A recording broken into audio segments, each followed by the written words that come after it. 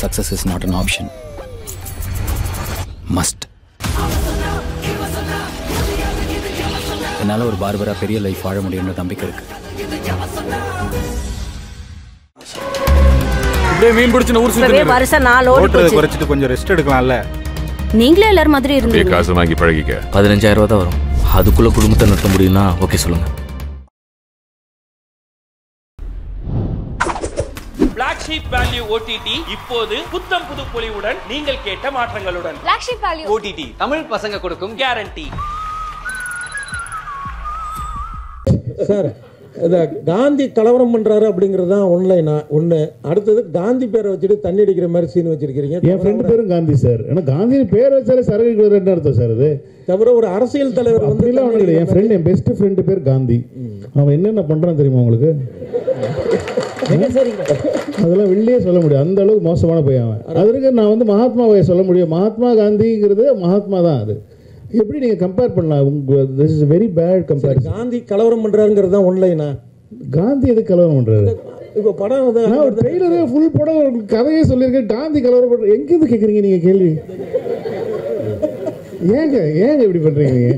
இல்லை காந்தின்னு பேர் இருக்கேன்னு கேட்டேன். அப்புறம் விஜயகாந்த் வர்றதா சொன்னாங்களே, அந்த மாதிரி உண்டா? அடுத்தது ஒரு கடைசிக்கு எல்லாமே கேட்டிருக்கேன். யாரெல்லாம் வேணும், யாரெல்லாம் படத்தில் சர்ப்ரைஸ் எல்லாத்தையும் வரிசையாக கேட்டிருக்கேன். வரிசையாக நாங்கள் சொல்லிட்டு கடைசியில் முப்பாட்டன் முருகன் பாடுறது வருது. அது அரசியல் ரீதியான ஒரு விஷயமா? கில்லி ரீதியாக ஒரு விஷயம். கில்லி படம் பார்த்தீங்களா? கில்லி படம் பார்த்தீங்களா நீங்கள்? பார்த்தீங்களா இல்லை? அந்த படத்தில் வந்துச்சா? ஆமாம். அந்த படத்தில் ஏன் நீங்கள் அரசியல்னு கேட்கல? அப்போ ஒரு கட்சி ஆரம்பிக்கல சார். இப்போவும் கில்லிக்காக தான் அது கில்லி ரெஃபரன்ஸ் சார். இனிமேல் சத்தியமாக குடிக்க மாட்டேன்னு சொன்னது எந்த ரெஃபரன்ஸ் நினைக்கிறீங்க நீங்கள்? மங்காத்தா. அது கேட்குறேன். அவ்வளோதான். இப்போ எங்களுக்கு பிடித்த படங்கள்லேருந்து நாங்கள் ரெஃபரன்ஸ் எடுத்து வச்சோம். இது அவ்வளோதான் மேட்டர் தவிர. சரிங்க. அதாவது விஜய் சார் இப்போ கட்சி தொடங்கிட்டாரு. இப்போ நடிகர் மட்டும் கிடையாது, அரசியல் தலைவரும் கூட. அப்போ இதுக்கு முன்னாடி பாத்தீங்கன்னா விஜயகாந்த் சாருடைய படங்கள்ல பாத்தீங்கன்னா டிகோடோடைய அவருடைய கொடிகள் வந்து மோதிரங்கள்ல, அவருடைய சட்டைகள்ல கொடிகள்லாம் இருக்கும். எதுவுமே பண்ணல. அவர் பண்ணணும்னு சொல்லலை. இன்னும் எங்களுக்கு கட்சி கொடி என்னன்னு கூட எனக்கு தெரியாது. அதனால வந்து அதெல்லாம் நாங்கள் யோசிக்கவே இல்லை. அதுவும் அவரும் யோசிக்கல. அவர் வந்து ஒரு படத்தை படமாக தான் பார்க்குறாரு. அந்த படத்தில் வந்து எந்த இடத்துலையும் நான் அரசியல் பேசணும், அரசியல் சொல்லணும், மக்களுக்கு இது மாதிரி பண்ணுறேன், அந்த மாதிரி பண்ணுறேன், ஒரு இடத்துல கூட அவர் சொன்னது கிடையாது. இந்த படம் அந்த படத்தோட ஜஸ்டிஸ் தான். நீங்கள் படம் பாருங்கள், அவராக இப்படி பண்ணியிருக்காருன்ற மாதிரி பேசுவீங்க நீங்கள். ஏன்னா அதில் வந்து எந்த ஒரு அரசியல் இதுவுமே வந்து நாங்களும் வைக்கலாம், அவரும் வைக்க சொல்ல. இதே கேள்வி தான் நிறைய பேர் மாற்றி மாற்றி வேறு வேறு விதமாக கேட்குறீங்க. இனிமேல் குடிக்கவே கூடாது அப்படிங்கிற ஒரு டைலாக் வருது, மங்காத்தா படத்தினுடைய டைலாக். இப்போ அஜித் சாருடைய ரசிகர்களையும் காம்ப்ரமைஸ் பண்ணணும் அப்படிங்கிற நோக்கத்தில் இந்த டைலாக்கா? இல்லை இல்லை, வெங்கட் பிரபுவோட டைலாக் அது. ரெண்டு பேரையும் நான் தான் சொல்ல வச்சேன். அது அஜித் சாரா சொல்லலையே, அது நான் தானே சொல்ல வச்சேன். ரெண்டு பேருமே ஒரே நிமிஷம் பழனி செந்தில் கேளுங்க.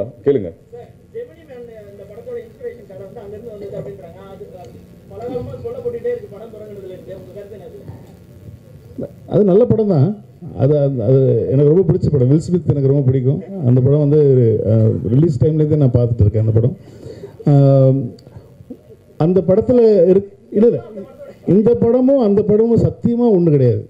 நீங்கள் படம் பார்த்தப்பறம் நீங்கள் வந்து பார்த்து நான் கேட்பேன், நான் யார் சொன்னால் அவங்களுக்கு ஜெமினி மேன்? ஏன்னா ஒரு டிஏஜ் பண்ணுறது அது தான் ஃபஸ்ட்டு பண்ணாங்க.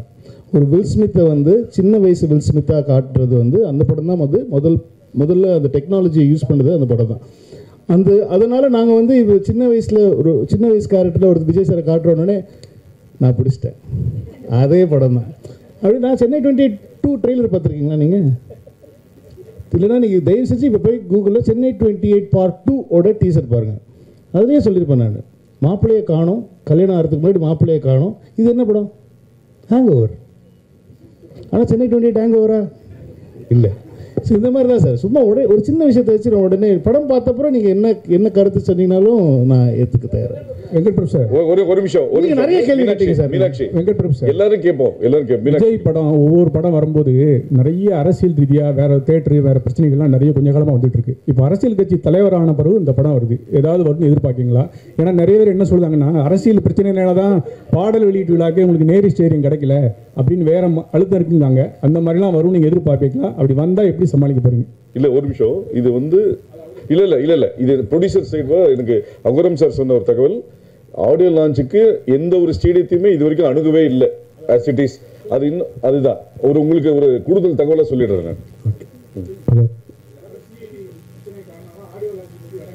இல்ல ஒரு நிமிஷம் சார் நாங்க இன்னும் ஆடியோ லான்ச் பத்தியே பேசவே இல்ல.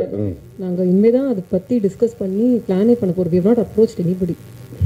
So மேடம்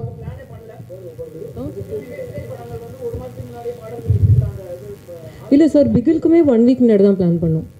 இது 2வது படம். So I think I know the process well. நாங்க சார் கேட்கணுங்க. அதுதான் ப்ரோகிராம் ஆரம்பிக்கிறதுக்கு முன்னாடி வரல நீங்க.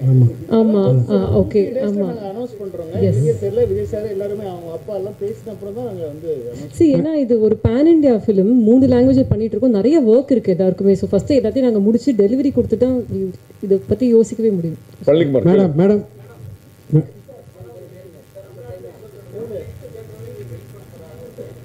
நாங்கள்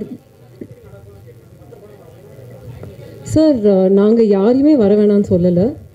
எங்கள் படம் வருது அவ்வளோதான். மேடம் விஜய் படத்தில் காஸ்ட் ஆஃப் ப்ரொடக்ஷன் அதிகமாக உள்ளதுன்னு சொல்கிறீங்க. ஆமாம். இது வியாபாரம் உங்களுக்கு திருப்தியாக இருந்ததா? ஆமாம் சார் ப்ராஃபிட்டபிள். இப்போவே ப்ராஃபிட்டபிள் தான். அது சார் ஒரு டைலாக் சொன்னார், ஒரு ஆள் கிடைச்சாலே நல்லா இருக்கும், 2 பேர் கிடைச்சாங்க, அதனால நல்ல பிரமாதமாக பண்ணியிருக்காங்க சார். கண்டிப்பாக ரொம்ப ரொம்ப ஹாப்பி. Okay sir. இங்கே பாருங்க சார். எங்க அங்க சார் அங்க சிங்கம் ஆல்வேஸ் சிங்கம்னு ஒரு டைலாக்கு, அப்புறம் புது லீடர் வர்றாரு அப்படின்னு ஒரு டைலாக்கு காலிலேருந்து தெரிக்குது. வசதி சொல்லுங்கள். அதான் சொல்கிறேன். அது இப்போ நீங்கள் எப்படி எடுத்துக்கிறீங்கிறத பொறுத்து தான் அது. இந்த கதையில் வந்து புது லீடர் வராருங்கிறது வந்து இந்த கதையில் இருக்கிற ஒரு ஒரு ஒரு விஷயம். அதே மாதிரி வந்து line is always a lion அப்படிங்கிறது வந்து பொதுவாக நம்ம சொல்கிற ஒரு ஒரு ஒரு ஸ்டேட்மெண்ட்னு சொல்லலாம். என்னதான் வயசானதும் வந்து சிங்கம் என்றைக்குமே சிங்கம் தான் அப்படிங்கிறது அந்த கேரக்டருக்கு பொருந்துற மாதிரியான ஒரு ஒரு இடத்துல வர டைலாக் தான். ஸோ எதுவுமே அது அதான் சொல்கிறேன், அரசியலாக எதுவும் யோசிச்சு வைக்கல. ஹலோ வாங்கி வச்சுக்க வேணாம்னு சொல்கிறேன். நெக்ஸ்ட் இங்க சார் பின்னாடி கொஞ்சம் மைக் பின்னாடி ஒரு நிமிஷம் இருமா. மைக் அங்கே இருக்கு, பின்னாடி கொடுங்க.